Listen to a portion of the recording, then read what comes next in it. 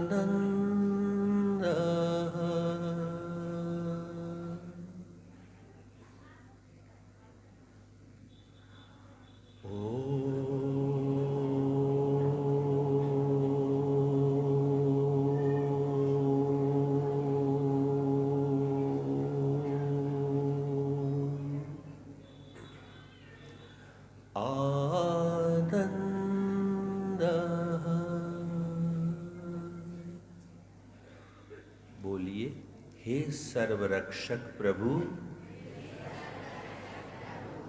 आप सदैव सब प्रकार से हमारी रक्षा कर रहे हैं। हे आनंद के अधीश्वर, हमको भी आनंद दीजिए।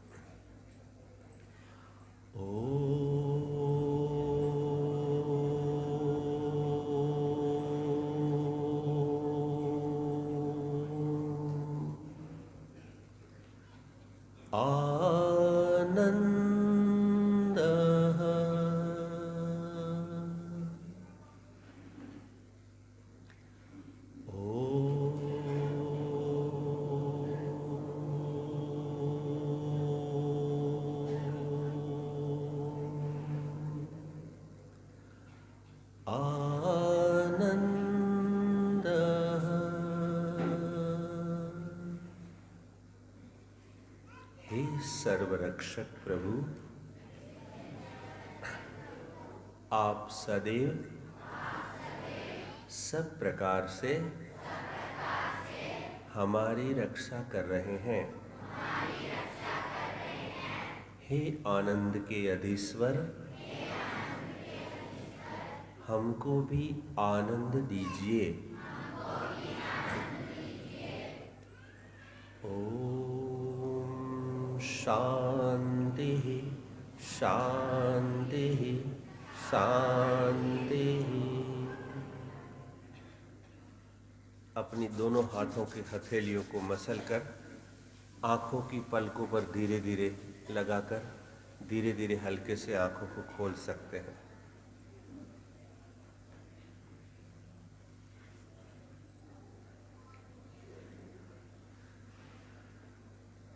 समाना आर्य समाज के सभी समादरणीय पदाधिकारीगण, समाना आर्य समाज के वार्षिक उत्सव में पधारे सभी धर्म प्रेमी सज्जनों, माताओं, बहनों और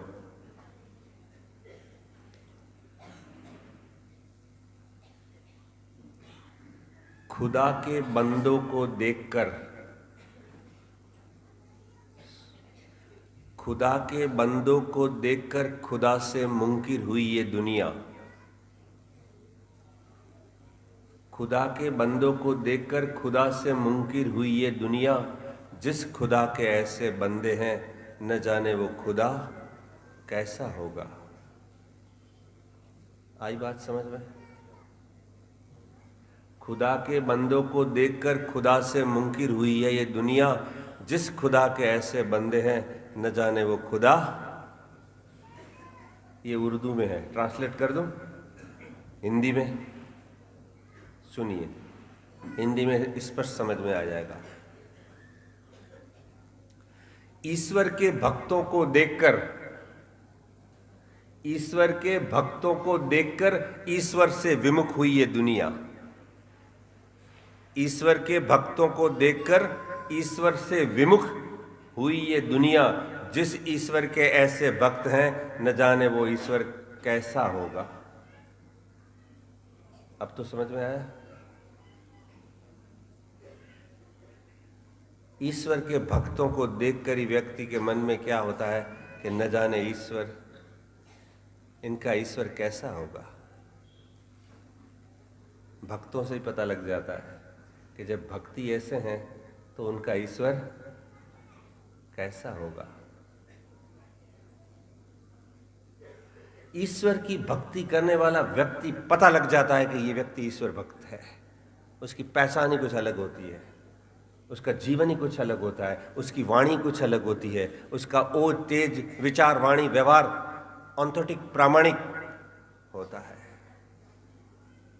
पता लग जाना चाहिए कि ये ईश्वर की भक्ति करता है।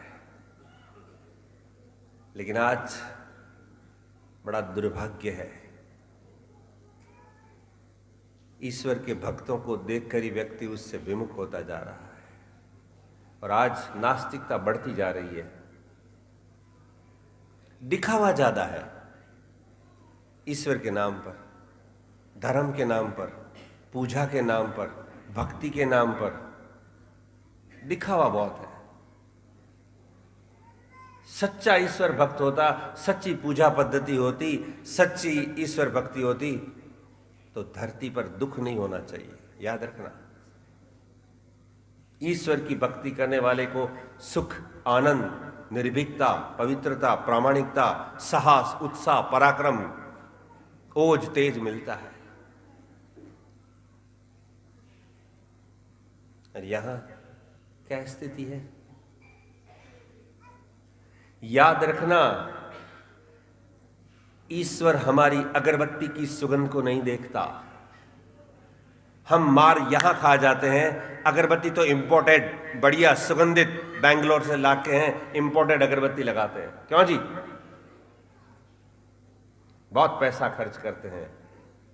लेकिन याद रखना, ईश्वर हमारी अगरबत्ती की सुगंध को नहीं देखता, ईश्वर हमारे अंतःकरण की सुगंधी को देखता है। इसका अंतःकरण कितना पवित्र है, इसमें कितना काम, क्रोध, लोभ, ईर्ष्या, द्वेष, छल, कपट, अन्याय, पक्षपात आदि आदि लगाते जाइए, भरा पड़ा है।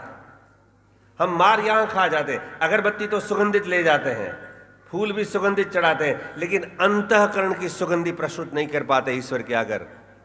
देख ले तेरा रजिस्टर परमात्मा, मेरे अंतःकरण में कोई काम, क्रोध, लोभ, ईर्ष्या, द्वेष, छल, कपट की भावना नहीं है। याद रखना, पाप मन से होता है और शरीर से अपराध होते हैं। और आज का व्यक्ति सबसे ज्यादा पाप मन से करता है। पाप मन से ही होते हैं। हम गलत विचार उठा लेते हैं, गलत बातों को अंदर ही अंदर देखते रहते हैं। वो व्यक्ति पापी है। और शरीर से होता है वो अपराध होता है। कोई व्यक्ति ऐसा नहीं जो पाप से बचा हुआ हो। बताइए, अगरबत्ती तो सुगंधित ले जाते हैं। ईश्वर हमारी माला के मण को नहीं गिनता।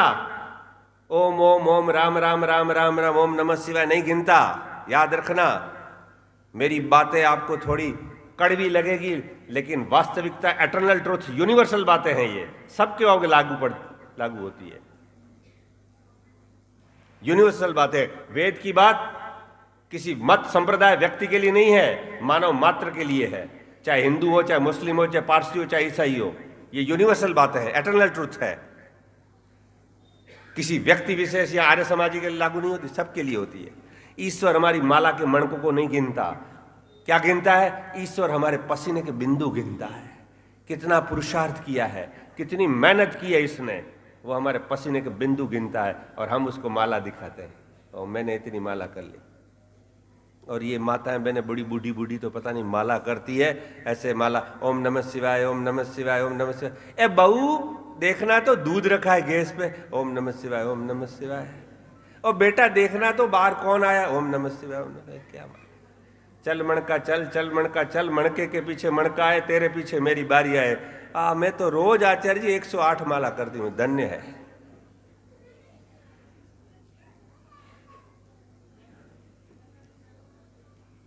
याद रखना, ईश्वर छोड़ेगा नहीं। हमारा जीवन बाहर से कुछ अलग है, दुनिया को कुछ अलग दिखाते हैं। स्टेज का जीवन अलग है, घर का जीवन अलग है, बाहर का जीवन अलग है, दुनिया को दिखाने का जीवन अलग है। वह व्यक्ति कभी धर्मात्मा नहीं हो सकता तीनों कालों में। हम बाह्य आडंबर बहुत करते हैं। शास्त्रों में कहीं नहीं लिखा, ये वेद के अंदर, ये ईश्वरी वाणी में, कि मंदिर जाने वाला धर्मात्मा होता, ऐसा कहीं नहीं है। तिलक करने वाला धर्मात्मा होता, ऐसा कहीं नहीं लिखा।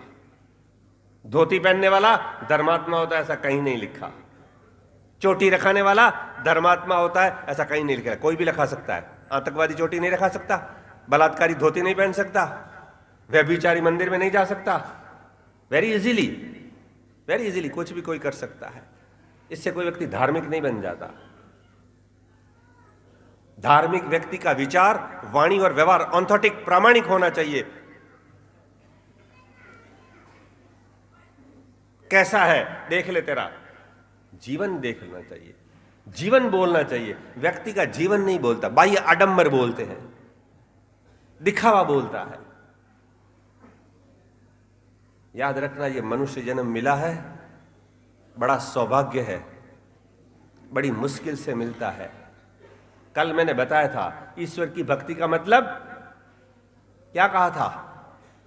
आप में से कई लोग थे ना कल। तो ईश्वर की भक्ति का मतलब क्या है? ईश्वर की आज्ञाओं का पालन करना ही उसकी भक्ति है। राम को मत मानो, राम की मानो। कृष्ण को मत मानो, कृष्ण की मानो। करोड़ों व्यक्ति राम को मान रहे हैं, कृष्ण को मान रहे हैं। आज गली गली में रावण पैदा बैठा है। आप देखो, वो तो एक रावण था, एक। हम बदनाम कर दिया, रोज हर साल उसको जलाते हैं। अच्छा था, उसने सीता माता को कभी हाथ नहीं लगाया था। और यहां तो गली गली में रावण बैठा है, घर घर में रावण पैदा हो गया है। उस बेचारे रावण को बदनाम कर दिया हमने, एक को। नहीं है? आप पेपर पढ़िए, रोज क्या घटनाएं घटती है। कोई सुरक्षित है? व्यक्ति कहां से धार्मिक है?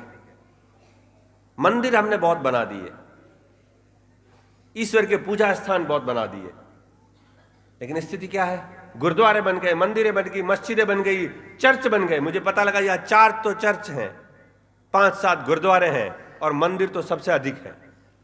लेकिन क्या स्थिति है? समाना में पाप नहीं होता, छल कपट नहीं होता। और आपका पंजाब, क्या स्थिति? आज तो मैं नाम नहीं लूंगा किस घर गया, ड्रग्स। मैंने पहली बार ऐसा किस्सा देखा आज। मुझे तो आंख में आंसू आ गए। मैं दोपहर चैन से रह नहीं सका। मैंने ये स्थिति कैसे आ गई? नौजवान लड़का ड्रग्स में है, बोलता मैं तो कुछ न कर दूंगा, अपने माता पिता को मारूंगा, ये मेरे से नहीं छूटेगा, मैं मार दूंगा इनको, मारूंगा। और ये 10 साल से कर रहा है। बताइए क्या स्थिति है? उस मां की क्या स्थिति है? उस पिता की क्या स्थिति है? बताइए मुझे। व्यक्ति धार्मिक कहां से? आपने क्या समझा? आपने केवल समझा मंदिर जाना, मस्जिद जाना, गुरुद्वारा जाना, चर्च में जाना, यही धार्मिकता है। जीवन का निर्माण करना नहीं आया। ईश्वर की आज्ञाओं का पालन करना ही उसकी भक्ति है। आप किसी की सहायता कर दो, ये बड़ा यज्ञ है। दान देना केवल रुपया लेना दान नहीं है, याद रखना, यह भी दान है, देना। किसी को अच्छी सलाह देना, किसी को अच्छा मार्गदर्शन दिखाना, किसी को राह दिखाना सच्ची, किसी को सच्चे, यह भी सबसे बड़ा दान है। किसी को जीवन को उधार कर देना, सुधार देना। करते हैं आप? सुबह उठते ही रोज परोपकार की भावना बननी चाहिए। स्वामी दयानंद सरस्वती महाराज ने आर्य समाज की स्थापना क्यों की? क्यों की मुझे बताइए। पता है आपको स्वामी दयानंद ने आर्य समाज की स्थापना क्यों की? क्या कारण था? मूल उद्देश्य क्या था स्वामी जी का? बताइए, कौन बताएगा? स्वामी दयानंद सरस्वती महाराज ने आर्य समाज की स्थापना क्यों की? कोई नहीं बता पाता। आर्य समाज का छठा नियम क्या है?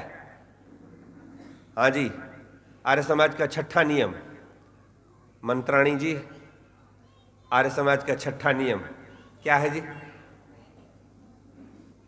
हाँ धर्मपाल जी, क्या नियम है छठा? नारायण दास जी बच रहे हैं क्या? मेरी बारी आएगी।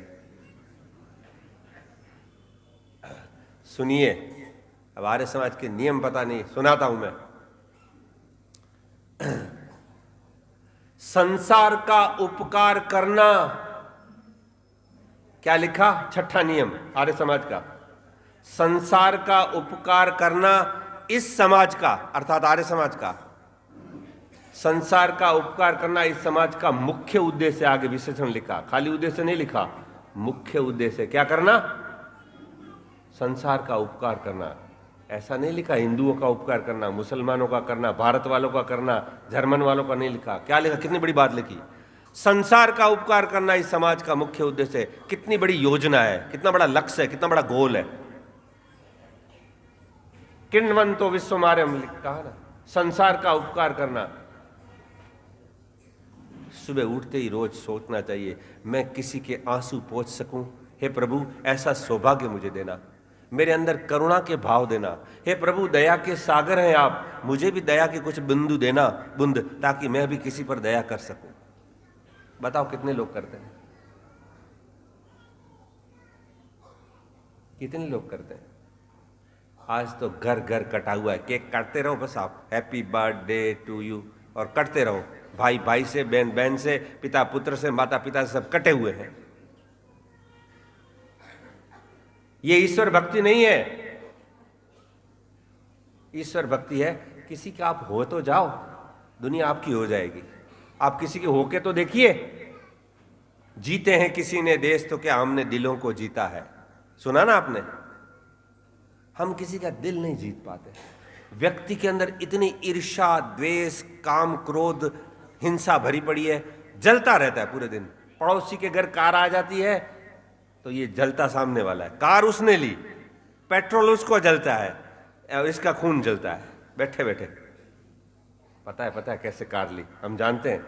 ये करते हैं, वो करते हैं, ये करते हैं, पता है। वो व्यक्ति ईश्वर भक्त नहीं है, धर्मात्मा नहीं है। भूखा प्यासा पड़ा पड़ोसी, तूने रोटी खाई क्या? भजन है ना, सुना होगा भजन आपने। पड़ोसी भूखा है, नंगा है, दुखी है, भयभीत है, चिंतित है, आप उसकी सहायता नहीं करते। खुश होते हैं व्यक्ति, आज तो मैंने देखा, भले ये परेशान हो। वो व्यक्ति 7 जन्म में भी धर्मात्मा नहीं हो सकता। किसी को दुख देखकर आपकी आंख में आंसू नहीं है। और स्वामी दयानंद को देखिए, उनका जीवन पढ़ना आप, कैसे व्यक्ति थे पता है? स्वामी दयानंद कोई फकीर, कोई वो नहीं था भूखा नंगा के घर में रोटी नहीं मिलती इसलिए साधु बन गया।